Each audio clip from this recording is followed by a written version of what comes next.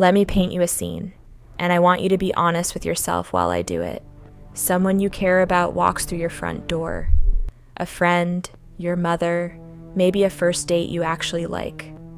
And before they say a single word, you catch it. That tiny flinch. The nose wrinkles for half a second, and then they cover it up with a smile. But you saw it, and your stomach drops, because in that moment, you finally admit the thing you've been dodging for months. Your house smells like cat. And here is the part that really stings. You can barely smell it yourself anymore. Your nose has been living in it so long that it has completely tuned it out. Scientists call that olfactory fatigue, and it is exactly why the person who has the problem is always the last one to notice it. Meanwhile, anyone walking in from fresh outdoor air gets hit with it the second they cross the threshold. That sharp, sour, almost stinging smell that has quietly soaked into your couch cushions, your curtains, your rugs, the air itself. And I would bet my last dollar you have already thrown money at this. Scented litter that promises lavender and baby powder, plug-in air fresheners in every outlet, fancy sprays, expensive candles, maybe one of those trendy essential oil diffusers. And underneath all of it, the smell is still there, hiding right below the perfume, just waiting for the fragrance to fade so it can come right back. So today I want you to stop wasting your money covering the smell up, because the real secret, the one that makes a house with a cat smell like a normal house instead of a litter box, is not sitting on a store shelf. It costs about $1, it is probably in your kitchen right now, and it works because of chemistry, not perfume. Hi, I'm Dr. Rachel, and after all my years in the exam room, cleaning up, quite literally, more feline messes than I could ever count, this is one of the most common things people are too embarrassed to ask me about. So let me say something I want you to carry with you through this whole video, because it changes everything. A house with a healthy, well-cared-for cat does not have to smell. It really doesn't. If your home smells like cat, that is not just cats being cats. It means there is a specific, findable, killable source of that odor, and today we are going to hunt down every single one of them. And I want you to drop the guilt right now, because this is not a sign that you're a bad pet parent. Honestly, the fact that you're here looking for the real fix instead of buying your 4th air freshener tells me you're a very good one. And before we get into it, I want to tell you about something. For years, my clients kept asking me the same thing. They'd say, Dr. Rachel, is there any way you could just put all of this in one place? Every trick, every recipe, every little routine you tell us in the room. So I finally sat down and made it. It's a complete guide packed with methods, cleaning recipes, wellness routines, and simple exercises to genuinely transform your cat's comfort and your home. And I'm telling you, if smell is your battle, this guide is the ally you've been missing, because it lays the whole system out step by step so you never have to guess again. You can grab it at the link in the description or in the pinned comment. All right, let's get to work. First thing we do is figure out where the smell actually comes from, and I'm going to be blunt with you. In the vast majority of homes, roughly 90% of that cat odor is coming from one single place, the litter box. And inside that box, the villain has a name. Ammonia. Let me explain what's happening in there, because once you understand it, everything else clicks into place. When your cat pees, that urine at first barely smells at all. But cat urine is loaded with a compound called urea. And the second that urea meets air and the ordinary bacteria that live in the box, those bacteria release an enzyme called urease that breaks the urea down into ammonia gas. Ammonia is that eye-watering, throat-pinching stink you associate with cat pee. So the real problem isn't that your cat urinates. It's that the urine sits there for hours, fermenting, quietly pumping ammonia into your home.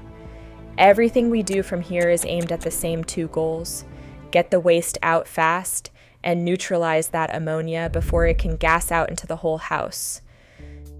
So here comes the star of the show, and it is almost embarrassing how cheap it is. Plain baking soda, that white powder sitting in your kitchen. Baking soda is a true odor neutralizer, not a cover-up. It doesn't mask anything. It chemically reacts with the acidic odor molecules and cancels them out. Here is exactly how I want you to use it. Every time you do a full litter change, before you pour in the fresh litter, dust a thin, even layer of baking soda across the bottom of the empty box. About 2 tablespoons for a standard box is plenty. Then pour your litter right on top. The baking soda sits down at the base, working silently, absorbing and neutralizing ammonia from the ground up. It has no scent of its own, which matters enormously because cats are incredibly picky about strong smells and will boycott a box that offends them. And if you want to level up, look for a litter additive made with zeolite or activated charcoal. Both are natural molecular sponges. A tablespoon of activated charcoal mixed lightly into the top layer traps ammonia like nothing else. But honestly, plain grocery store baking soda alone will get you most of the way there for the price of a cup of coffee. Now, baking soda is a powerful helper, but it is not magic on its own. It has to work hand in hand with hygiene, and hygiene is the true queen of this whole thing. This is where most people, without meaning to, are sabotaging themselves. Rule 1.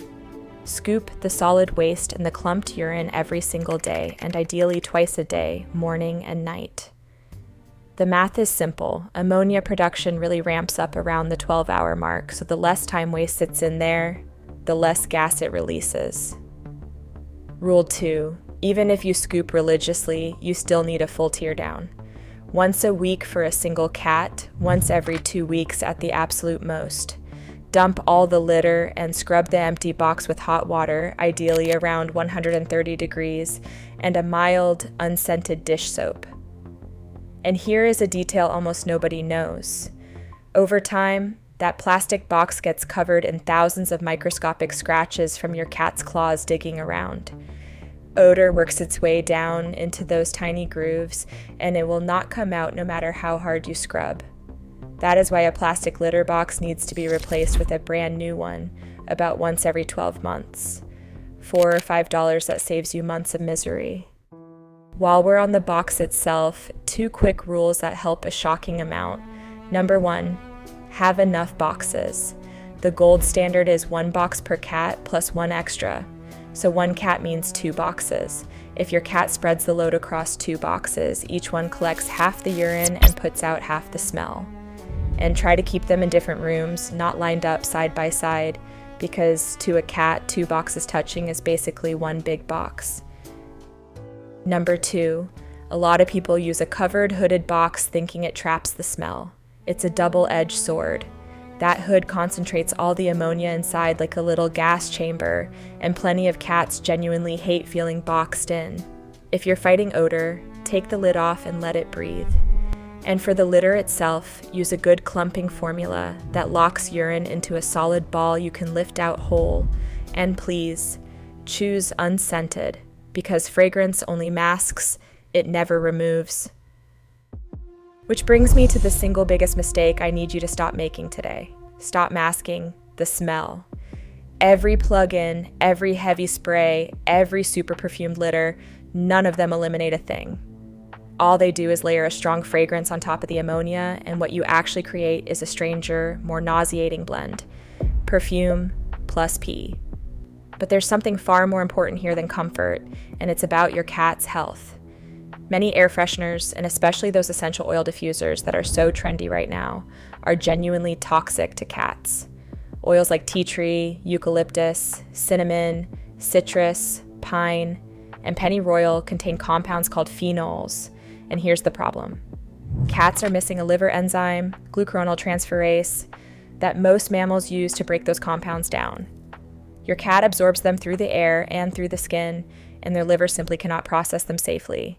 It can cause serious harm. So please, no essential oil diffusers in a home with cats, full stop. And go easy on strong sprays near the box too, because an overwhelming smell can actually make a cat stop using the box entirely and go on your rug instead. Now, your cure has caused a much bigger problem. So what do we do when there's an accident, a puddle on the carpet or the couch? Cleaning it correctly is more than half the battle. The key is an enzymatic cleaner, the kind made specifically for pet urine. The enzymes literally digest and destroy the odor molecules at the source. Soak the spot generously, more than you think you need so it reaches every fiber, and then, and this is where people fail, let it sit and stay wet for at least 10 minutes before you blot. Blot, don't rub, or you'll just spread it. What you must never use is bleach or any ammonia-based cleaner. Because here's the kicker, ammonia smells like urine to your cat. So instead of erasing the spot, you've basically hung up a sign that says, hey, the bathroom is right here, do it again. Enzymes, yes. Ammonia and bleach, absolutely not. Once the box is under control, let's clean up the smaller sources that quietly add up. The food bowls, especially if you feed wet food, wash them every single day, because leftover wet food turns rancid fast and reeks. Never leave a plate of wet food sitting out for hours. The cat's bed, the blankets they sleep on, wash those weekly because they soak up body oils. And ventilate, ventilate, ventilate. Open the windows every day, even for 10 minutes, so fresh air can move through, because trapped air just goes stale and stagnant. An air purifier with a true HEPA and carbon filter helps tremendously if you have several cats. Nothing about trapping. Everything about renewing the air. And now the most important part, the one that ties back to where we started. Everything so far has been about the house smelling. But what if it's the cat that smells? Pay close attention because this is different. A healthy cat grooms itself constantly and is practically odorless. So if you notice your cat specifically giving off a bad smell, that is not a cleaning issue anymore. It's a signal that something may be wrong, and it's time for the vet.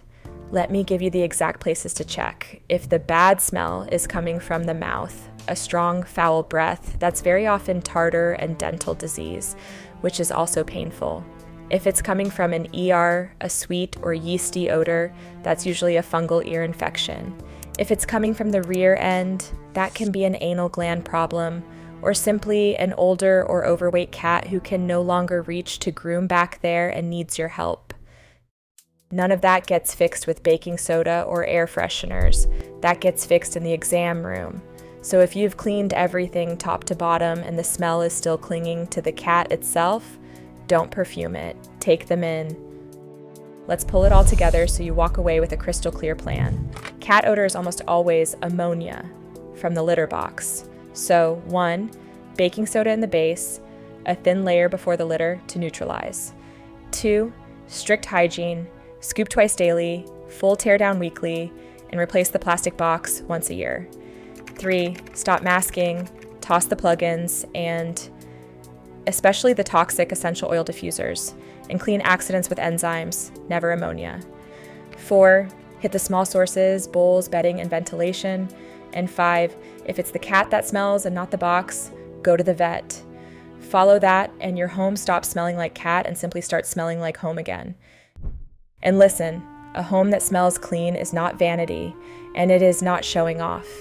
It is you feeling at ease in your own space, being able to welcome anyone in without that knot in your stomach, and your cat living in a cleaner, healthier environment, which is good for them too. Now, I have to say this clearly, gently, and as your veterinarian. Everything I have shared today is general education, not medical advice for your specific animal, and it does not replace a hands-on exam. If your cat has any change in smell, in the litter box, in their behavior, or in their health, please talk to your own veterinarian. You know your cat, and I want you working with someone who can see them in person. Take good care of that little one. You are already doing better than you think.